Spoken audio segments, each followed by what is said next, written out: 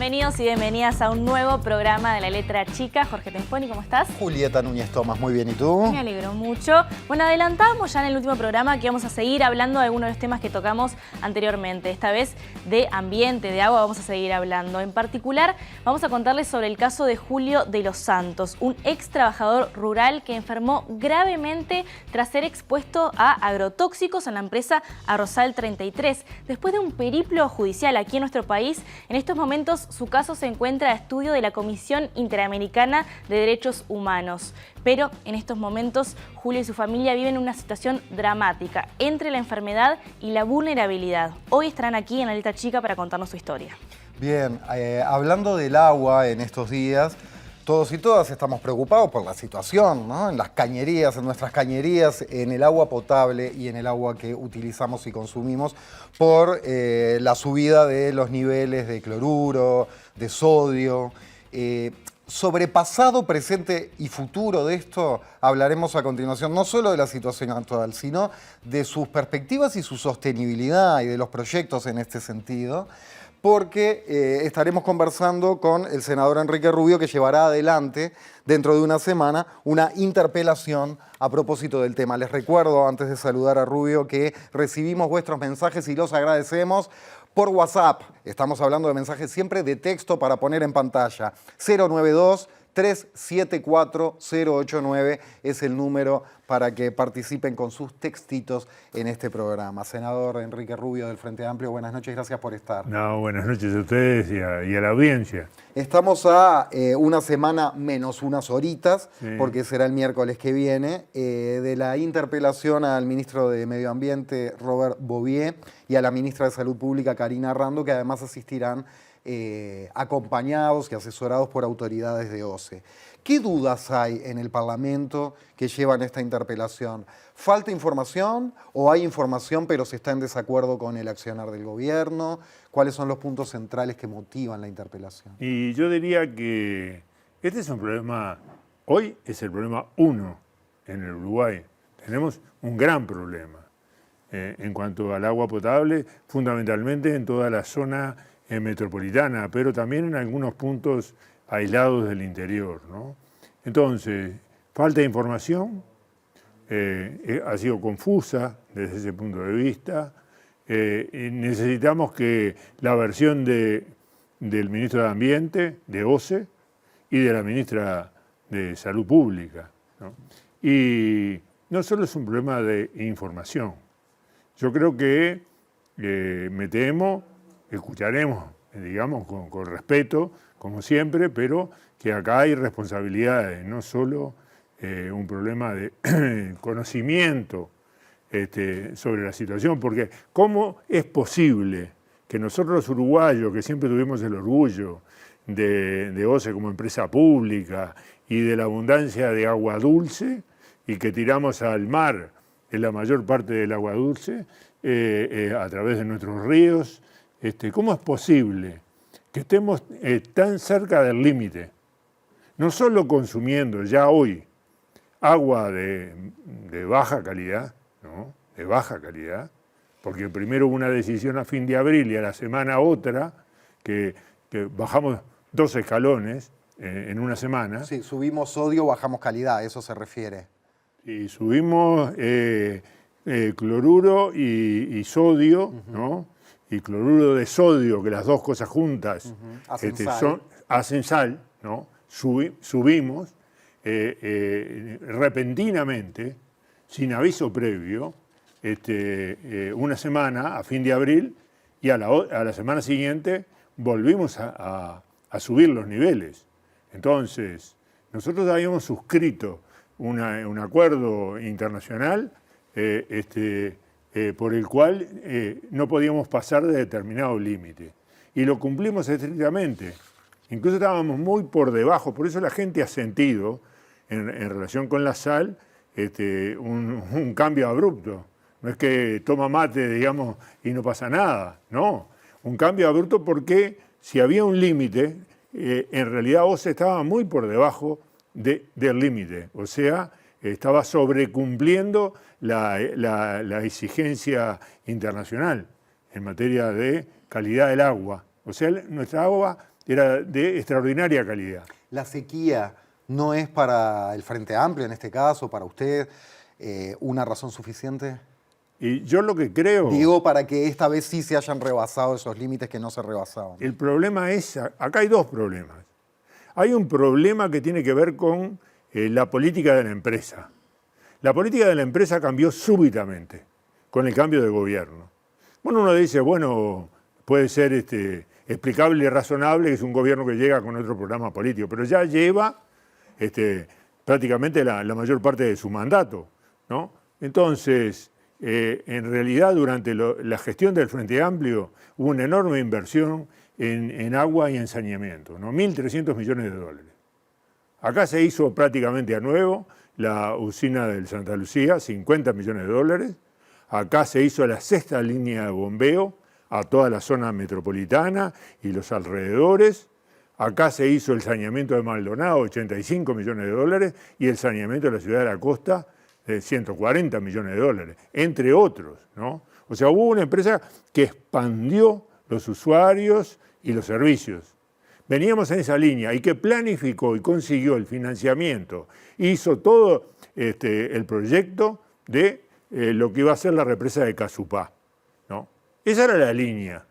Súbitamente se cambió para optar por algo errático, que donde los componentes de sal realmente terminan siendo la mayor parte del año mayores, ¿no? Para eso, en fin, han cambiado como 4 veces el proyecto, que es este proyecto de Neptuno, ¿no? Cambiaron la orientación y no le dieron continuidad a lo que venía, que estaba dando grandes resultados.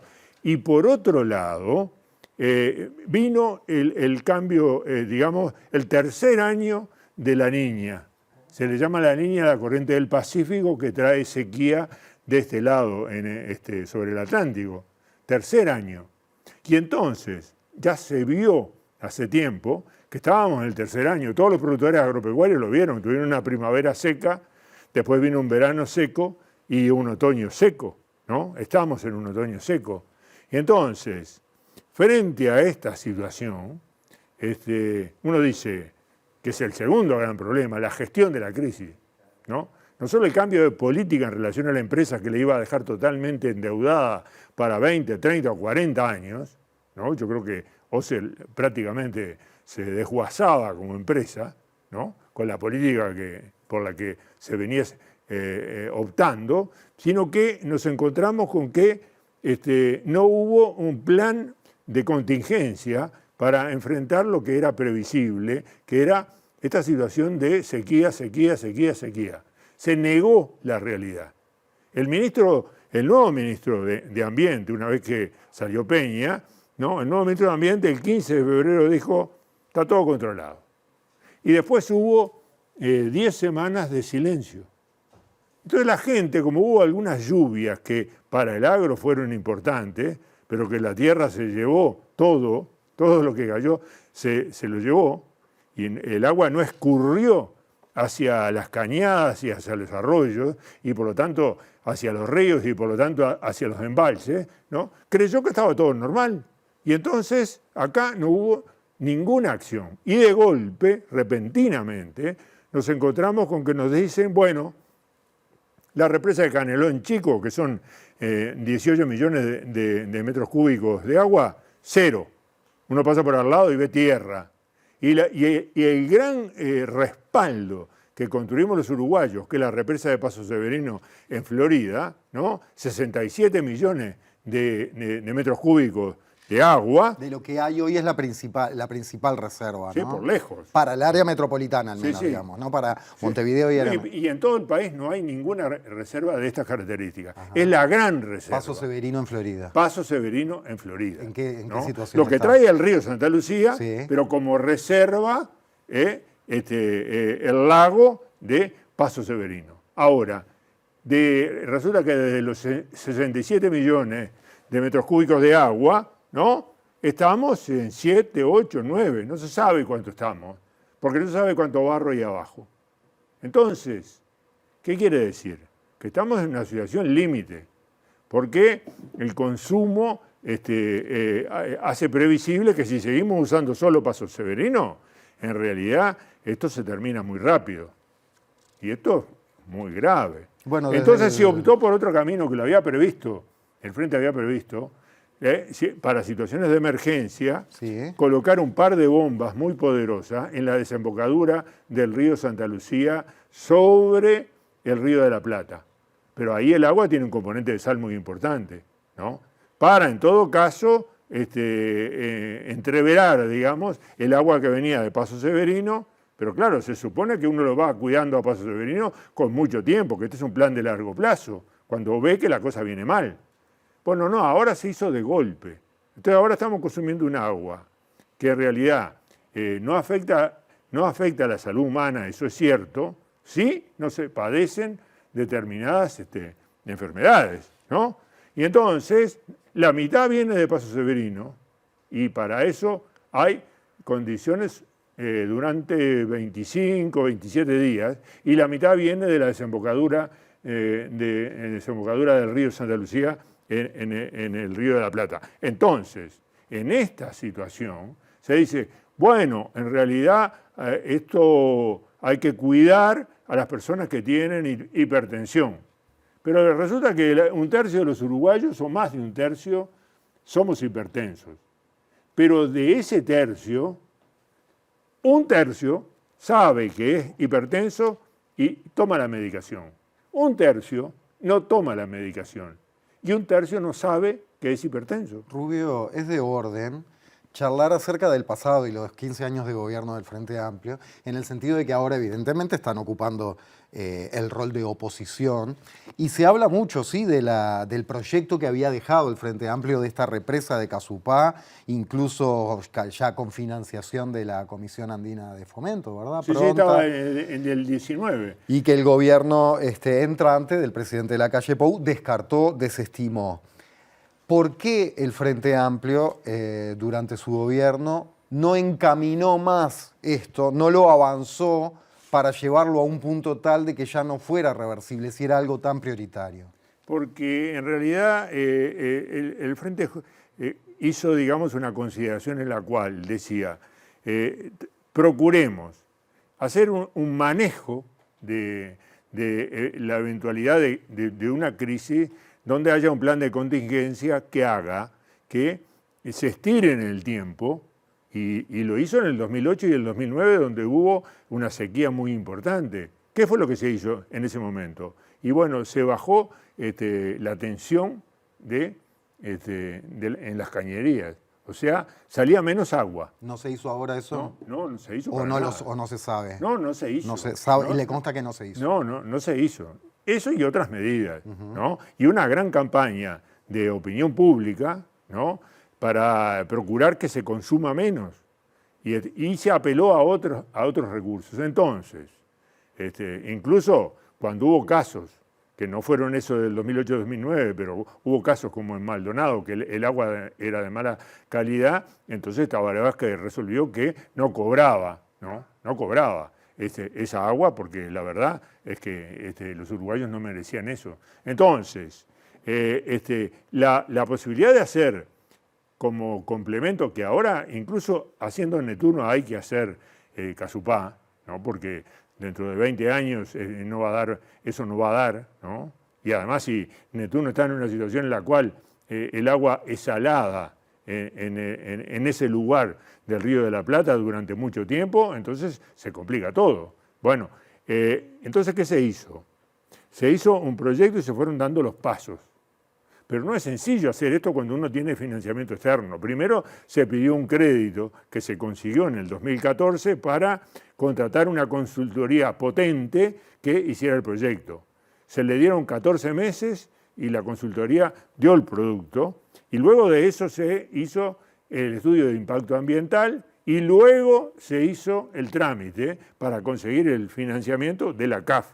Todo eso fue llevando hasta el 2019. ¿No? Si lo hubiéramos podido hacer antes, si estos pasos se hubieran podido acelerarlos, lo hubiéramos hecho. O haber empezado el proceso antes, es lo único que podría haber hecho diferente en eso. Podría haberse hecho. Uno puede hacer ese razonamiento, pero en realidad no teníamos eventos y los eventos eran manejables. Bueno, con el cambio climático, todos los expertos dicen que los eventos son más frecuentes y más intensos. Y son más intensos. Por ejemplo, la sequía. Claro, sí, pero lo que pasa es que si no hubiéramos expandido la red, entonces el consumo, acá hay un balance de necesidades, digamos, ¿no? Nosotros hicimos una gran expansión de la red y de los clientes para llega llegar más gente, pero aumenta el consumo. Muchísima más gente, pero entonces aumenta el consumo. Entonces fuimos procurando hacer distintas cosas, incluso cosas tan elementales como en el caso de la ciudad de la costa, entre Salinas y Parque del Plata, un caño, 18 kilómetros, que uniera el Solís Chico con la laguna de los Cisnes. ¿Para qué? Para alimentar toda esa región. Bueno, hicieron 6 kilómetros, no 18, 6. Porque dijeron por drenaje va a llegar el resto a la laguna. Y por drenaje fue para abajo, digamos, en medio de una sequía.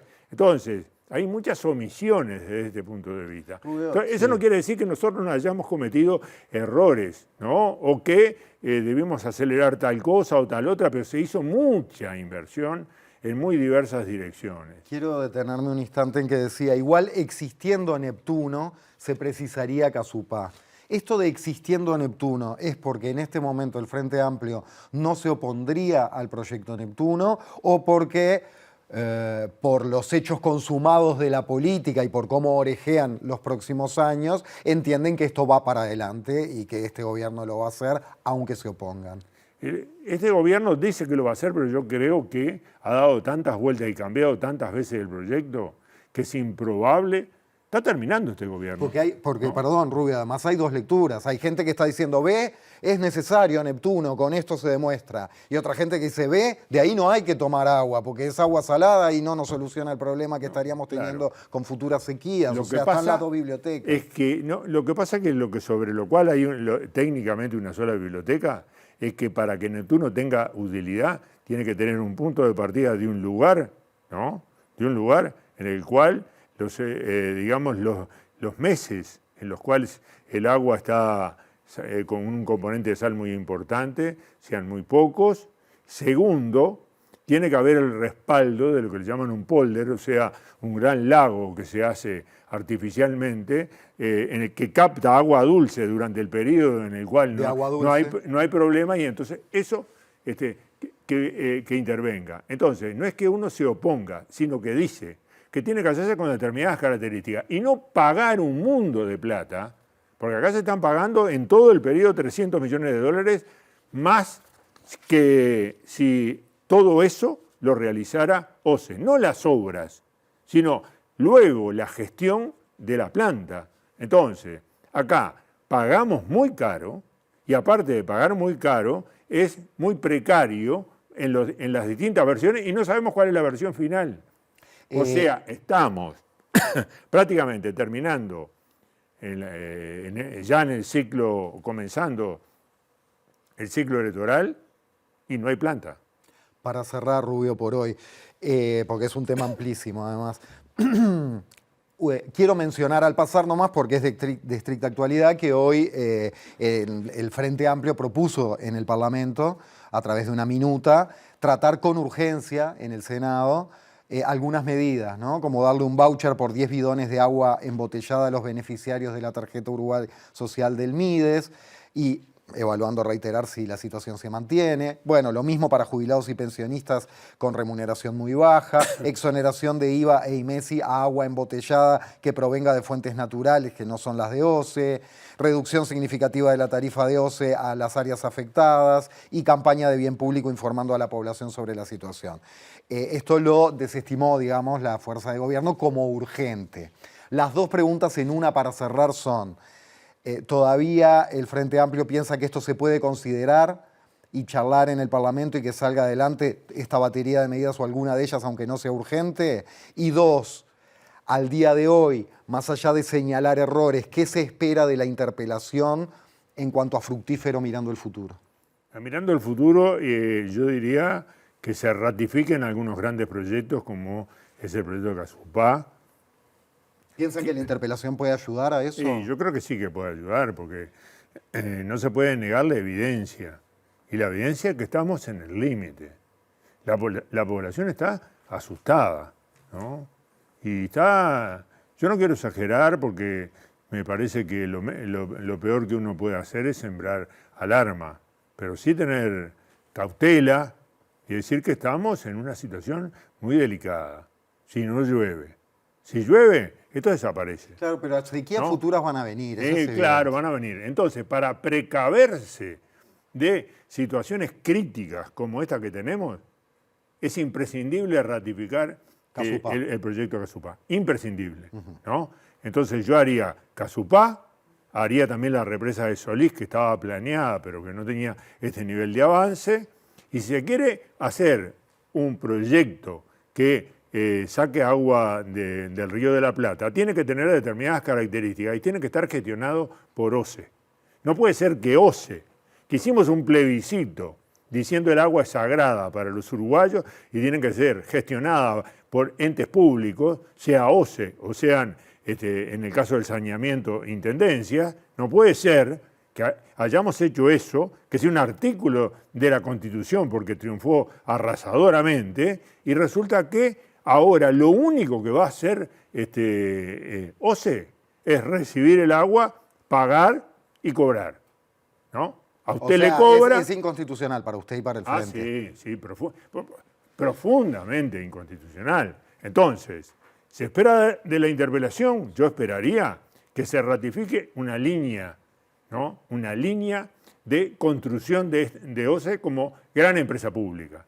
Y en segundo lugar, que se admita que acá hay enormes omisiones en la gestión de la crisis. Porque esto podía haber sido, más allá de la sequía, evitable en estos términos, en los términos en que estamos ahora, que son de zozobra para gran parte de los uruguayos que no tienen condiciones para comprar garrafas y no sabemos hasta cuánto tiempo va a haber disponibilidad de las mismas. Aparte de eso, la demanda de agua y para las embotellada. medidas sociales, yo creo que es ayer el tiempo. ¿Se les explicó por qué no lo consideraban urgente? ¿Por qué no se le...? Porque dicen que en realidad... no estaba, en fin, por consideraciones que no eran sostenibles, porque no hablaron mucho, en realidad que los que la fundaron fueron nuestros compañeros de senadores del Frente Amplio, y que fuera una comisión y que el Poder Ejecutivo va a tomar medidas y que... Bueno, pero en realidad... Tal vez era una decisión política, el Poder Ejecutivo se guarda la carta de anunciar él las medidas. Bueno, puede ser, pero no han anunciado nada, no han hecho nada hasta este momento, ¿no? Hasta este momento. Ni el directorio de OCE, ni el Poder Ejecutivo. Y en un problema de esta característica, yo creo que la prioridad es absoluta. Entonces, no se puede esperar más. Así que la apuesta a la interpelación, en realidad, obligó al ministro de Salud, a la ministra de Salud Pública a decir cosas, porque hasta ese momento no había dicho nada, ¿no? Y al directorio de OCE. Está todo el mundo muy nervioso, pero no por la interpelación solamente. Está todo el mundo muy nervioso por la situación. Yo creo que encarándola entre todos los uruguayos vamos a encontrar maneras de navegar esta situación, pero me temo que si no llueve nada, ¿no? En un mes y algo, estamos en una situación más allá del límite. Bueno, hablando de llover, y si me disculpa el atrevimiento, esperemos entonces que el miércoles que viene se encuentren caminos hacia políticas de Estado y que lo que lluevan no sean solamente reproches cruzados en la interpelación. Solamente... Primero, apelar a que las culpas están en el pasado, o las culpas están en el futuro, las culpas están en el presente. No, ese no es, ¿no? El gobierno de las disculpas se terminó. Cuando uno está en el tercer año y medio de gobierno, ¿no? A apelar permanentemente al pasado, era como el Partido Nacional cuando ganó las elecciones en el 58, después de 93 años de no poder hacerlo, que durante 8 años dijo que tenía una herencia maldita, ¿no? Sí. Y no hizo nada. Por lo tanto, perdió las próximas elecciones, ¿no? Acá lo que importa son los problemas de la gente.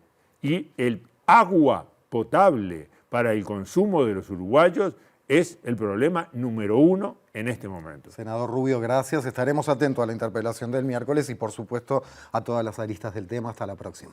Bueno, muchas gracias a ustedes. Ya seguimos, ya sigue la letra chica. No se vayan.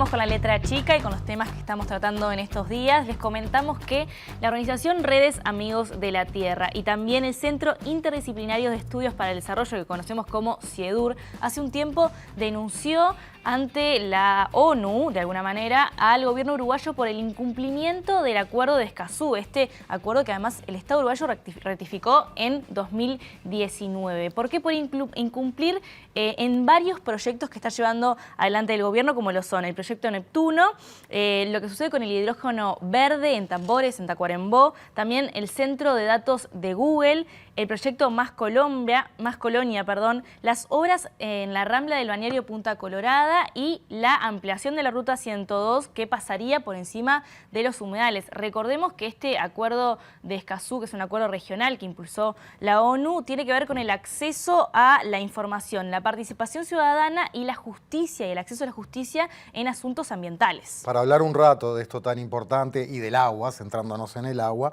recibimos a dos integrantes de Redes Amigos de la Tierra, la organización civil Redes Amigos de la Tierra Uruguay. María Selva Ortiz y Marcel Achcar, gracias por estar con nosotros. Gracias a ustedes. ¿Por qué la denuncia? Es decir, ¿falta información por parte del gobierno a las organizaciones de la sociedad civil que se dedican al tema?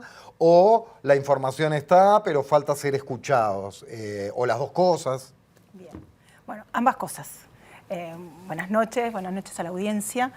Justamente la COP2 de Escazú, la conferencia de partes, la segunda conferencia de partes del Escazú, donde estaban todos los gobiernos que integran este acuerdo, que es un acuerdo para acceso a la información, la participación y la justicia en temas ambientales para los países de América Latina y el Caribe, se desarrolló en Buenos Aires hace 2 semanas.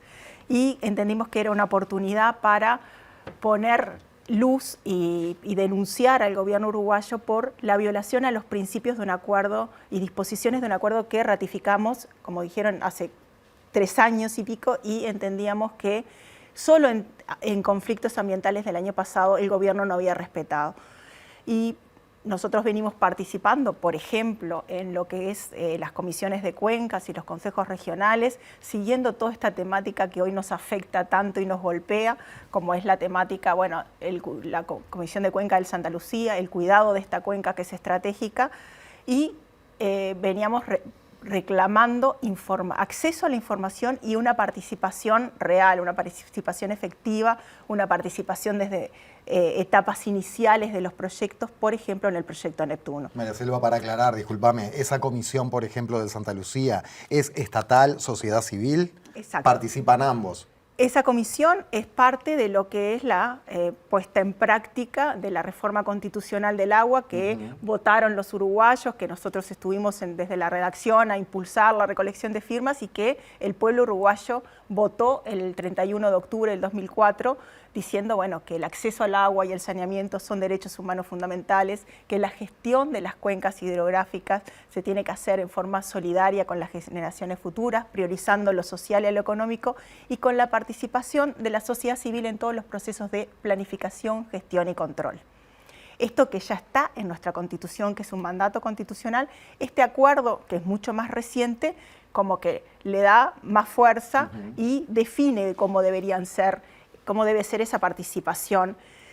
Y nosotros entendemos que eso no se dio. Nosotros durante 2 años estuvimos solicitando que a esos espacios que son donde se tendría que tratar un tema como Neptuno, que es un proyecto justamente para el abastecimiento de agua de la zona metropolitana, no nos daban la información y no querían que la discutiéramos y que planteáramos todas nuestras preocupaciones en esos ámbitos. Por lo tanto, nosotros denunciamos que reclamamos información y no se nos dio durante 2 años porque se decía que había un secreto comercial, que no podían darnos todo lo que estaba discutiendo OCE, los pliegos de factibilidad, los informes, y a su vez queríamos discutir si esta era o no la opción para la solución para eso. Nosotros a lo que accedíamos veíamos que era una falsa solución. Esta crisis que tenemos hoy más que lo evidencia, porque el agua del Río de la Plata, los niveles de salinidad que tiene son mucho más altos, entonces esta agua que estamos tomando y que recién decíamos, que está desalada la vida, sería el agua que vamos a tomar de aquí en adelante si estuviera instalado el proyecto Neptuno. Esta es la calidad del agua del proyecto Neptuno, porque los niveles de salinidad del Río de la Plata son mucho más altos que los niveles de salinidad a los que estamos acostumbrados. Por algo no tomamos agua del Río de la Plata y una cuestión muy importante, no es una desalinizadora Neptuno.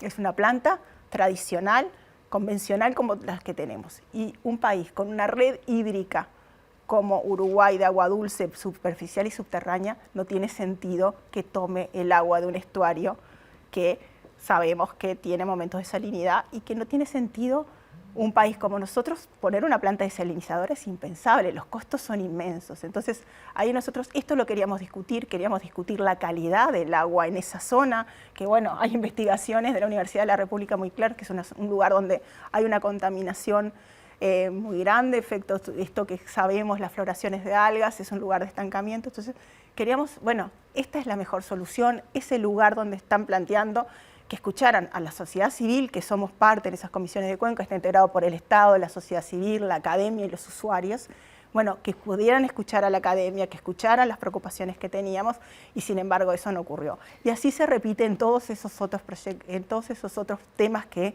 denunciamos, entregamos una carta a la delegación oficial del gobierno uruguayo denunciando, todavía no hemos tenido ninguna respuesta. A su vez nos dicen que bueno, van a hacer lo que es una línea de ruta, una hoja de ruta para instrumentar el proyecto de Escazú. No, el acuerdo de Escazú ya está, ya es legislación, ya está es una ley, ya está ratificado, y lo que tienen que hacer en los espacios que hay, en todos los espacios de participación, aplicar las disposiciones y los principios de este acuerdo. Se habla mucho de que esta es una situación excepcional en la que estamos viviendo y que se llegó a este punto por condiciones climáticas, pero ¿podríamos estar en otro lugar? ¿Podríamos estar consumiendo agua de otra calidad si se respetaran todos estos acuerdos, si se respetara el acuerdo de Escazú, si hubiera más contacto con la sociedad civil, por ejemplo?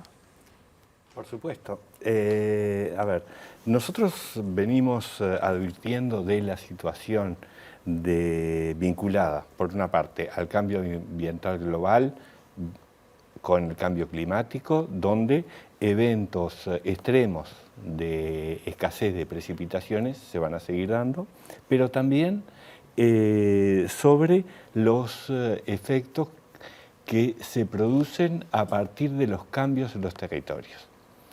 Es cierto que estamos en un evento extremo con escasas precipitaciones, pero si se hubieran tomado las medidas en la cuenca del Santa Lucía, tendría mayor capacidad de almacenamiento de agua y de disponibilidad de agua. ¿A qué me refiero? Me refiero a el avance de la forestación en las nacientes de la cuenca del Santa Lucía, lo cual genera reducción de la producción de agua en la cuenca, intensificación agraria, degradación de suelos, pérdida de humedales, alteración del bosque nativo. Todos esos componentes inciden en que la cuenca dispone de menos agua. Y además se dice que esto era inesperado. Desde el año pasado se sabía que este verano iba a haber una seca muy fuerte, más fuerte de lo normal. No se sabía la intensidad, pero sí se alertaba sobre esto y había tiempo para tomar medidas en cuanto a el funcionamiento de la OCE, reducir las pérdidas del 50%, estamos cansados de decirlo en todos los espacios, y no se ha hecho absolutamente nada durante este periodo con ese tema. Disponer de el agua subterránea, que es muy abundante en la cuenca del Santa Lucía y que históricamente en las últimas décadas la OCE ha ido abandonando el uso del agua subterránea para conectarse a aguas corrientes, centralizando toda el área metropolitana en aguas corrientes. Entonces, todas esas medidas, si se hubieran tomado con tiempo, nos colocarían en otro lugar, no en esta situación. Y nos asombra que en los últimos meses y los últimos días, el nivel de improvisación, en lugar de haber trabajado con tiempo sobre propuestas que estaban planteadas, nosotros exigíamos y exigimos desde el espacio de la Comisión de Cuenca del Santa Lucía trabajar estos temas. el Ministerio y la DINAGUA no aceptó trabajar estos temas con la intensidad que era necesario en estos meses para evitar llegar a esta situación. Y en esta situación se plantea como solución estratégica aumentar los niveles de los umbrales de sodio y cloruros, con lo cual nos indica también, en el sentido de lo que planteaba María Selva, que esa parece ser la estrategia que está atrás de Neptuno. Bueno, cuando aumenten los niveles de salinidad, se aumentarán los umbrales. Hablando de Neptuno, además de estas cuestiones de la composición química del agua y su relación con la salud, según viene planteado el proyecto, como hablábamos recién con el senador Rubio, no solo la obra sería llevada adelante por privados, sino después habría una gestión privada del agua, lo cual desde sectores políticos y sociales se considera inconstitucional. ¿Creen que sumando ese hecho a la preocupación actual que esto está generando, están dadas las condiciones como para llevar adelante movilizaciones populares, iniciativas populares para evitar esa gestión privada? Bueno, yo creo que sí. Bueno, una de las cuestiones, la reforma constitucional del 2004 fue una iniciativa privada. Nosotros ya tenemos una constitución que es muy clara con respecto a eso. Y también ahora toda la población está alarmada, hay movilizaciones, hay actividades. Bueno, hace 3 días que tenemos concentraciones diarias que se están dando. Estamos organizando actividades, nuestros teléfonos arden con respecto a la preocupación de la gente, pero acá hay una cosa muy clara. Neptuno es inconstitucional. Nosotros con Marcel participamos en lo que fue la redacción del artículo 47. Tenemos muy claro qué es lo que dice y los servicios públicos de agua y saneamiento tienen que ser prestados exclusiva y directamente por personas jurídicas estatales. Es decir, para ser bien claritos ahí, para los Eso que es no lo que somos dice expertos textual. en el tema, ¿podría un privado hacer la obra encargada por el Estado, pero no gestionar el agua o ni siquiera hacer la obra? De ninguna manera. Los servicios públicos de agua, desde el punto de vista del derecho, servicio público es todo el proceso. Desde que toma el agua, que la lleva a una planta potabilizadora, desde que la potabiliza, la pone un caño y llega a nuestros hogares. Cuando nosotros discutíamos y hablábamos con constitucionalistas cómo podíamos evitar un proyecto como Neptuno, dijeron que esa era la redacción que teníamos que darle desde el punto de vista jurídico constitucional. Está muy claro, tenemos esos informes y los estamos aportando. Entonces, nosotros, por ejemplo, como redes interpusimos un recurso administrativo para la suspensión de Neptuno, de este proyecto, de la licitación del proyecto, por todos estos argumentos, porque es inconstitucional, porque no hubo participación, que es lo que dice la Constitución, y porque está basado en una ley, que es una ley del 2002, una ley de inversión privada, de incentivo de inversión privada, que es anterior a la reforma. Una ley que es anterior al 2004. En el 2004 esa ley no se puede aplicar para servicios públicos de agua y saneamiento. Es clarísimo. Y por otro lado, estamos viendo todas las otras formas estamos esperando que OCE, que la jurídica OCE se digna a notificarnos, que está muy difícil que nos comunique esa resolución que tomó de levantar las medidas suspensivas, porque bueno, tenemos pronto un recurso de amparo para interponer de una medida de no innovar. Pero aparte, todos estos hechos nos dicen mucho más, porque una de las cosas que hemos hablado con técnicos, con ex gerentes generales de OCE, como el ingeniero Danilo Ríos, es que Neptuno es una planta potabilizadora que no va a dar agua potable en un porcentaje muy grande de días, porque cuando los niveles del río de la Plata están por encima, con niveles de salinidad por encima de lo permitido para potabilizar, no va a dar. El año pasado fueron 132 días que Neptuno no hubiera podido dar agua potable. Este año no sabemos porque no tenemos esa información. Cuando hablamos de Escazú, que tenemos que tener acceso a la información, no se ha llamado a una comisión de Cuenca este año con toda esta crisis que estamos viviendo. Como organizaciones y sociedad civil no tenemos información.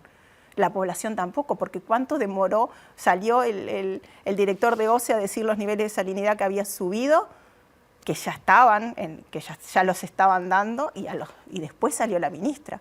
Pero después tampoco ha habido una política de que la población tenga la información. Por otro lado, están diciendo que URSEA va a hacer análisis y que van a ser confidenciales. No, la población, según la Constitución, tiene que tener toda esta información, tiene que haber transparencia. Es algo que, como lo dijo la justicia en el caso de Google, no se puede negar información sobre el agua en este país después del 2004, porque el pueblo, un 64,7% del pueblo dijo: queremos que nuestros recursos hídricos se gestionen de esta forma. Entonces, como mensaje, entendemos que el proyecto Neptuno es una falsa solución. Esto nos evidencia eso, la calidad de agua que nos va a dar el proyecto Neptuno es esta, por eso subieron y ya están, la primera suba de los primeros días, ya esa es la calidad de agua, ya lo sabíamos, estaba en los informes, ya lo habían sugerido, que iban a mandar agua más salobre de Neptuno para mezclarla con aguas corrientes, pero acá no podemos aceptar. El acceso al agua y el saneamiento son derechos humanos fundamentales. No podemos de ninguna manera aceptar la baja de la calidad de nuestra agua en un país con una red hídrica como la que tenemos, y eso es algo que la población lo está diciendo y que tenemos que ver rápidamente cómo se revierte esto, y políticas claras de parte de OCE, mensajes claros y, bueno, responsabilidades políticas de este directorio que nos ha llevado a esta crisis cuando, como dijimos, había formas de prevenirla. María Selva, Marcel, creo que quedó más que claro todo lo que veníamos a hablar hoy, ¿verdad? Muchísimas gracias, por lo menos por hoy la dejamos por acá. Habrá más para hablar del tema más adelante. Y en este programa también vamos a seguir hablando de este tema de derechos humanos, de ambiente, de agua y de nuestro vínculo, además, con todas estas políticas. Ya venimos después de una breve pausa con testimonios, con historias de vida que tienen que ver con esto, ¿no? Con el medio ambiente y los derechos humanos. No se vayan.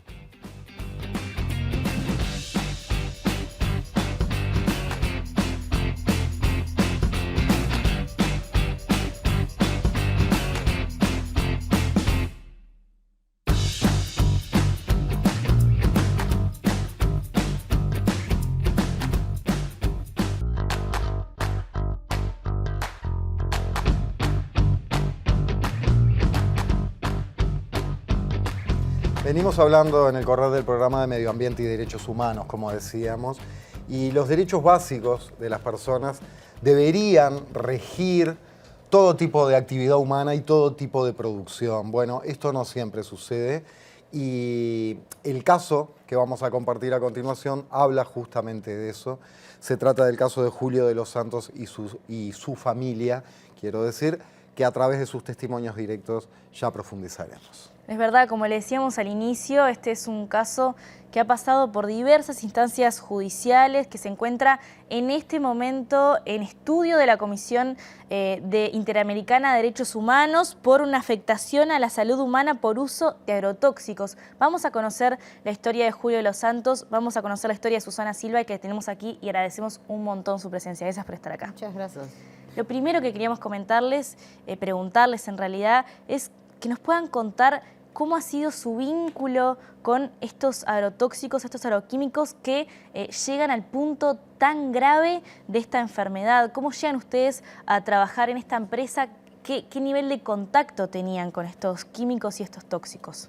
Bueno, yo era soldador de la empresa, trabajaba con todas las maquinarias, y al trabajar con toda la maquinaria estaba contaminada. Y las avionetas cruzando por arriba de la casa, fumigando a menos de 250 metros. La pista de aterrizaje estaba enfrente de la casa, así que cuando salía la avioneta prácticamente salía por arriba de la casa. Y yo me enfermé en la empresa de Rosal 33 con herbicida, a punto que tuve varias semanas que iba al médico y me decían que tenía dolores musculares porque me dolían los pulmones y la espalda. Hasta un momento que otra vez me ataqué de tal manera que cuando me desperté en CTI. Estamos hablando, perdona, cuando hablamos de la empresa, de una empresa de qué rubro y en qué punto del país. A Rosal 33, departamento de 33. ¿Y Entre Charqueá y Vergara, rincón del Bonete, ¿no? Rincón del... No me sale el otro, ¿cómo se llama? Cerca de Vergara. Sí, entre Vergara y Charqueá. ¿Y cuánto tiempo pasó entre que vos empezaste a trabajar en esto y sentiste estos síntomas que decías? Yo entré a trabajar ahí en el 2014 y me empecé a sentir mal en el 2016. Y Susana, tú también vivías y trabajabas allí. Vivía y trabajaba también ahí. Yo me enfermé también en el 2017. En 2017 empecé a sentirme mal, con mareos, caídas espontáneas y todo derivó a ahora que tengo una dermatosis hepática, tengo 9 tumores en el hígado y estoy esperando un trasplante hasta que mi hígado no se deteriore por completo. No, estoy habilitada para un trasplante, pero todavía el hígado sigue funcionando bien. Ustedes estuvieron además un tiempo durante la enfermedad, incluso viviendo allí en el Rosal 33, algo que es bastante común en estos casos, ¿no? sí, hasta el 2018, hasta que el Banco Seguro emitió un comunicado a Derechos Humanos pidiéndome para que me sacaran de allá, porque si seguía allá me daban 2 años de vida. ¿Cuál es la situación ahora puntualmente de salud que tienen ambos? Susana, recién nos comentaste, Sí. pero han ido evolucionando negativamente. Más enfermedades, sí. Más enfermedades. Cuéntanos. Y a mí yo tengo perdido el 75% de los pulmones, me vino diabetes, me quedé hipertenso, tengo problemas en el hígado, tengo un factor mautideo en los huesos del 99.9. Ahora tengo hierro en la sangre, no necesito medicación. La única manera es traerme sangre para bajar el hierro. Se me agrandó el corazón por el tema respiratorio. Estoy con problemas del corazón, estoy tomando medicación para el corazón. Mando psiquiatra. Y aparte de todo esto, la jubilación que tengo es rural. Es lo mínimo que puedo haber. Entre la medicación que pago, a veces prácticamente no nos da ni para comer. Pero eso es lo que estamos viendo hoy en día, ¿no? Y ustedes pasaron por diversas instancias judiciales, un juicio muy largo. Muy largo y la seguimos luchando y vamos a seguir hasta lo último. Yo gané la primera instancia, un juicio de 3 años, casi 4, y en la segunda instancia los jueces decidieron en 20 y pocos días revocar, dar el fallo hacia la empresa. En 20 y pocos días. O sea, la empresa ganó la apelación. Ganó la apelación, lo que nosotros habíamos peleado casi 4 años. Ahí vuelven a apelar ustedes. Ahí vuelven a apelar nosotros, lo mandan a la Suprema Corte de Justicia y la Suprema Justicia le da favor a la empresa también. A la empresa. Pero no entiendo por qué, porque siendo declarado enfermedad profesional por Banco de Seguro, IAC 33, Médica Uruguaya, la cátedra de medicina, todos los peritajes a mi favor, médicos y los homólogos que el 5 declararon y los jueces no tomaron en cuenta las opiniones médicas, tomaron en cuenta la decisión de ellos. Fue además un expediente de más de 2.000 folios Sí. que, como decías, en 27 días el Tribunal de Apelaciones decidió darle la razón a la empresa. ¿Cómo impactó eso en ustedes también? Que no entiendo cómo 3 jueces supuestamente tenían que leer casi 2.000 fojas, se tenían que pasar uno leer, después pasar al otro, después pasar al otro. ¿Cómo hicieron para leer tantas fojas en 20 días y dar un fallo a la empresa?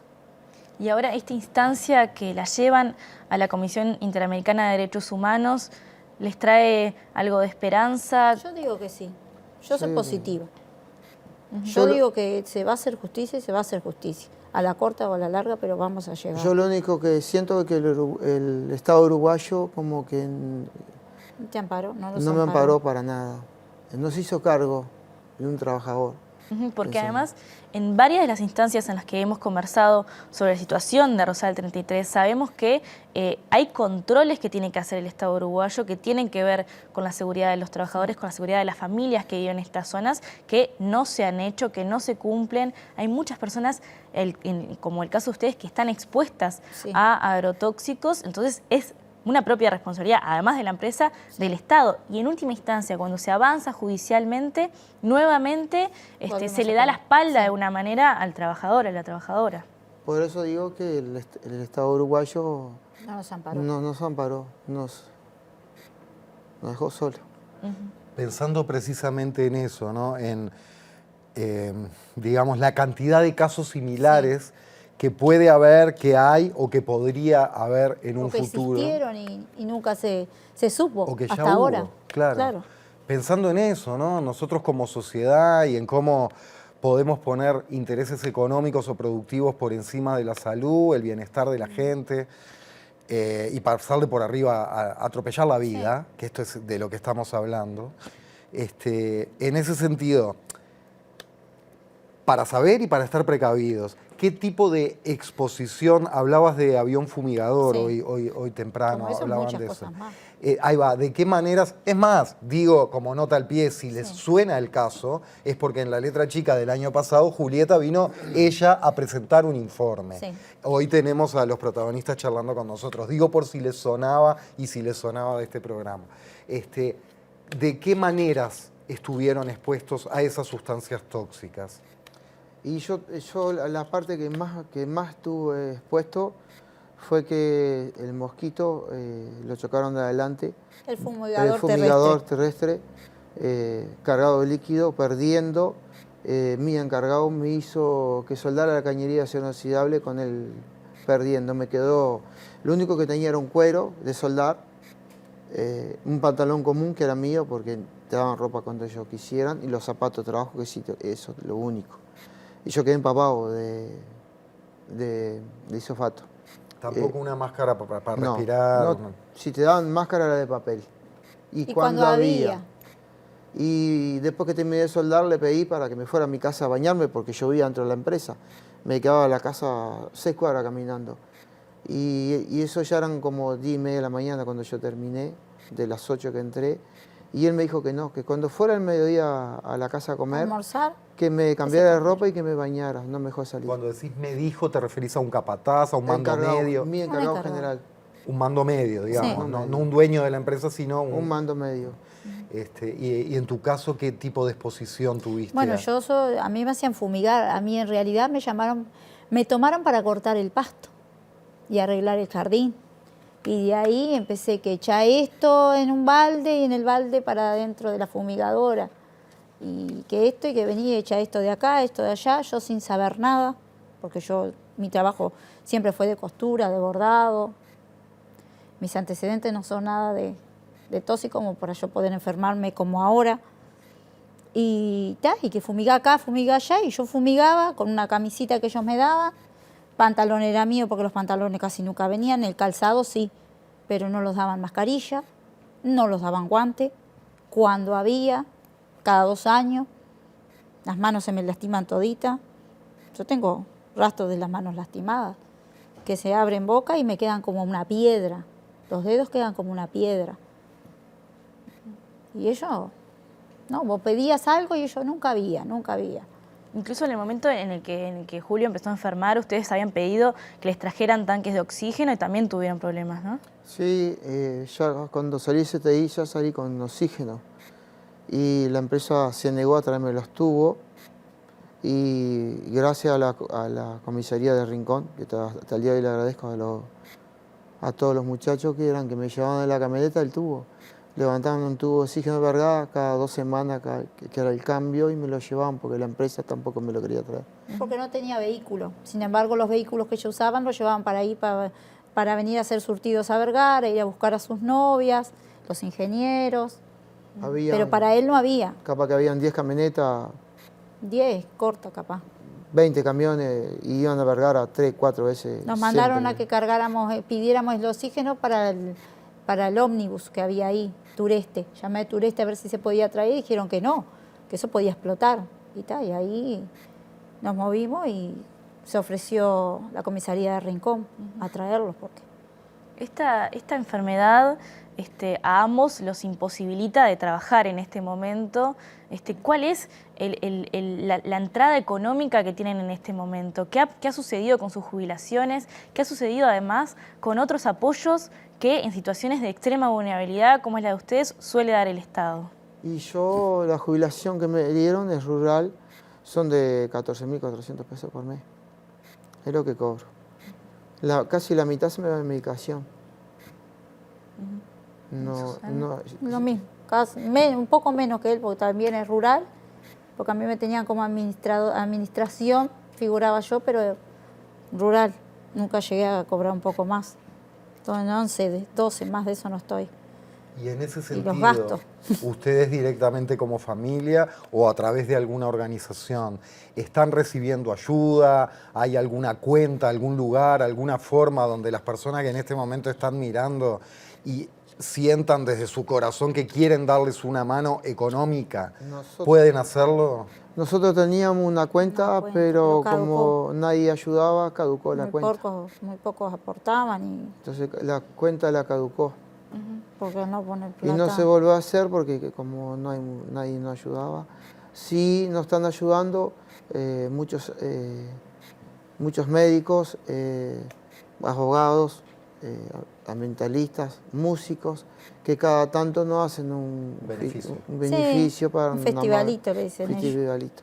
Va a haber ahora pronto, Sí. ¿no? El Sí, 13 de mayo. esta 13. semana, 13. Va a haber un- Ellos trabajan mucho para hacer esas cosas, para poder ayudarnos a nosotros. Hay algo muy importante que quería decirle a Rosal 33, de todo lo que hemos hablado, es que de todos los testigos que vinieron de la empresa, a favor de la empresa, de los 300 y pico que éramos, ningún compañero quiso salir de testigo de la empresa. Todos los que vinieron fueron encargados. Hasta empleados encargados y ambientalistas, ellos los pusieron como testigos. Y también el señor gerente general de la empresa también vino Salió como testigo. testigo. Voy a decir una mala palabra, con perdón. Se asustó en el juicio y yo en el Banco Seguro dije que ellos me obligaban a cortar los tanques de lisofato y soldarlos para hacer pase de agua. Y el Banco Seguro no me creía. Más prácticamente me parece que pensaban que era mentira. Y resulta que el señor gerente general en el juicio empezó a hablar y se asustó y lo dijo. Que yo sí cortaba los tanques de lisofato, que los soldaba, los plásticos.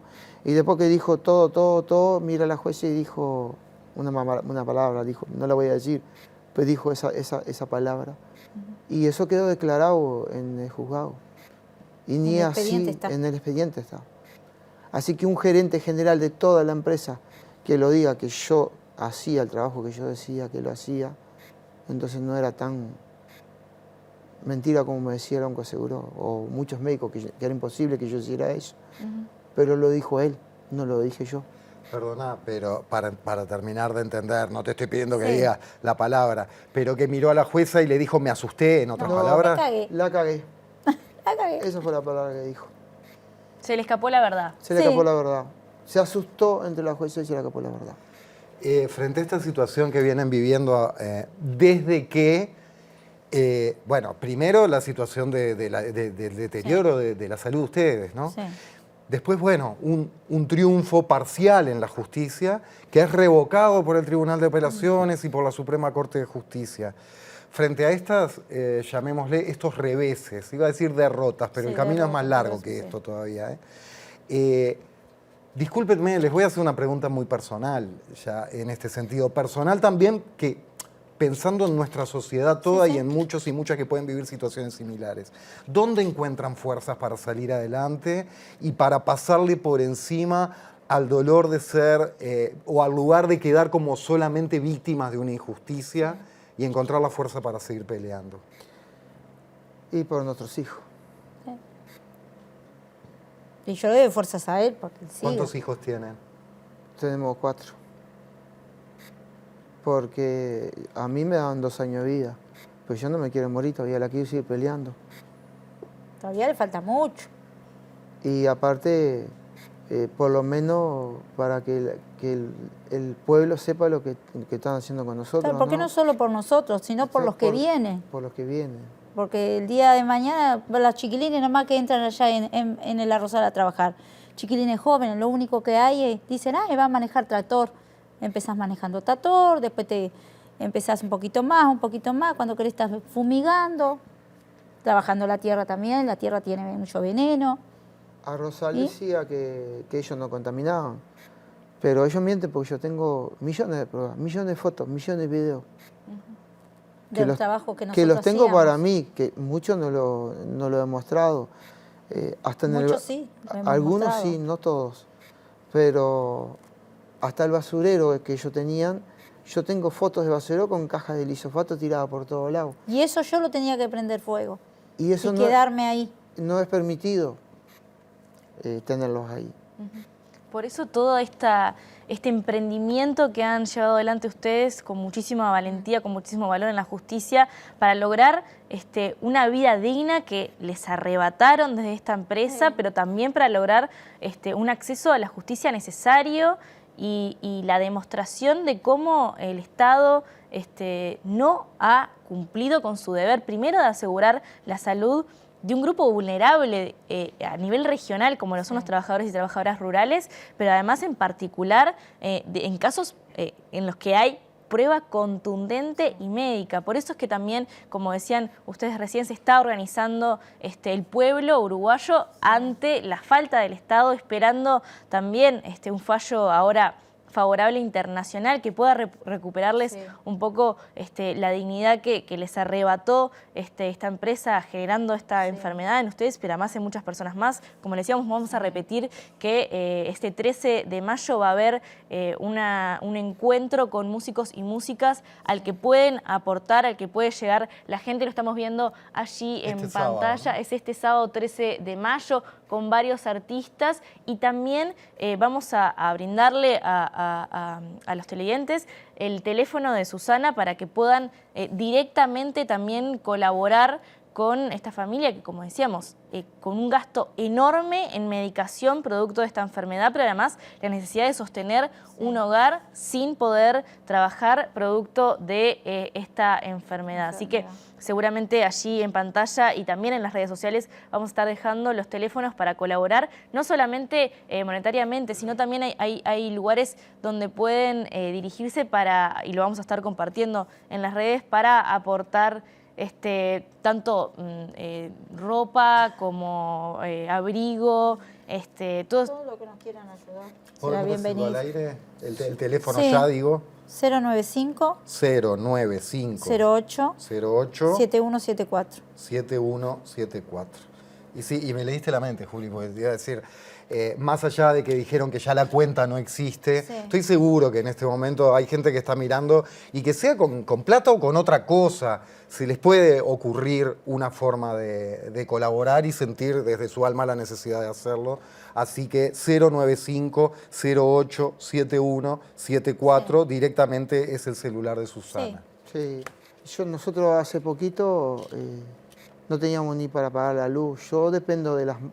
Esto es una mochila que uso cuando tengo que venir a algún lado. Pero en la casa uso una máquina que es 3 veces más grande, que es eléctrica. Yo dependo de la luz eléctrica para respirar. Si me saco esto, en 10-15 minutos me puedo morir, porque tengo el sangre de oxígeno muy bajo. Y el pulmón muy afectado. Y los pulmones muy afectados. Y la médica uruguaya tuvo que emitir un comunicado a UTE para que no me cortaran la luz porque no la podíamos pagar. Entonces hicieron una documentación, se la entregaron a nosotros y nosotros lo llamamos a la UTE de Ciudad de Plata para que no me cortaran la luz porque no la podíamos pagar. Porque cobrábamos y lo que se nos dio en remedio y somos 4 para comer también. Les agradezco muchísimo el Muchas haber gracias a estado ustedes aquí. por invitarnos y porque la gente sepa también, ¿no? Que se informe más, que los chiquilines que van quedando, que tengan conciencia en el trabajo, que pidan los implementos y que las empresas se lo den, no como a nosotros que nos decían sí, después viene y acá está. Y no te dan nada. Y no te dan nada. Bueno, les deseamos el mayor de los éxitos en Muchas esta gracias. en esta nueva en este nuevo desafío judicial ahora internacional, pero además también en su salud, en la salud de cada uno de ustedes y también de sus hijos. Me quedó algo por decir, se puede decir. Sí, por favor. Lo que me faltó decir es que nosotros vimos ayuda al MIDES. El MIDES mandaron las personas, Asistente social. asistentes sociales, pero como la casa tiene planchada, no nos quisieron ayudar. Sé que comemos planchada. Y supuestamente, como a mí me vino toda esta enfermedad y también vino diabetes, también me pertenecería una tarjeta de INDA por diabetes. Pero también pero como la casa tiene planchada, tampoco me la dan. Así que no sé ya para dónde voy a arrancar. Una situación de desprotección de los En realidad organismos llega un del momento Estado. que ya te cansa, porque para que te digan no, se te cierra, vas de vuelta y te dicen no, no, no. Entonces ya después ya ni te movés. Te arreglás de la manera que podés. Si Ahí tenemos, está. tenemos, y si no tenemos... Vemos. Pasa otro día y vemos. Humildemente, a través del abrazo que les damos, es el abrazo de toda nuestra audiencia. Conociendo un poquito así a la audiencia de La Letra Chica, sabemos que son Bueno, muchísimas miles los que en gracias, este son momento los recibidos. están abrazando para tratar de que les llegue esa fuerza y seguir adelante. Muchísimas gracias por haber Gracias a venido ustedes, y vamos arriba. Muchas gracias Vamos por a seguir. invitarnos. Muchas gracias por estar acá. Nosotros nos reencontramos con otra edición de La Letra Chica el próximo miércoles. Me perdí próximo ya en la- lunes. me perdí en los días. El Hoy es próximo lunes miércoles. y vamos a estar hablando porque además se acerca la fecha de memoria. Les adelantamos desde ya, es la agenda, es el mes, pero este próximo lunes ya arrancamos en La Letra Chica con todo lo que tiene que ver con la memoria, con el pasado reciente y una necesaria reflexión. Gracias por estar. Hasta el lunes. Hasta el lunes.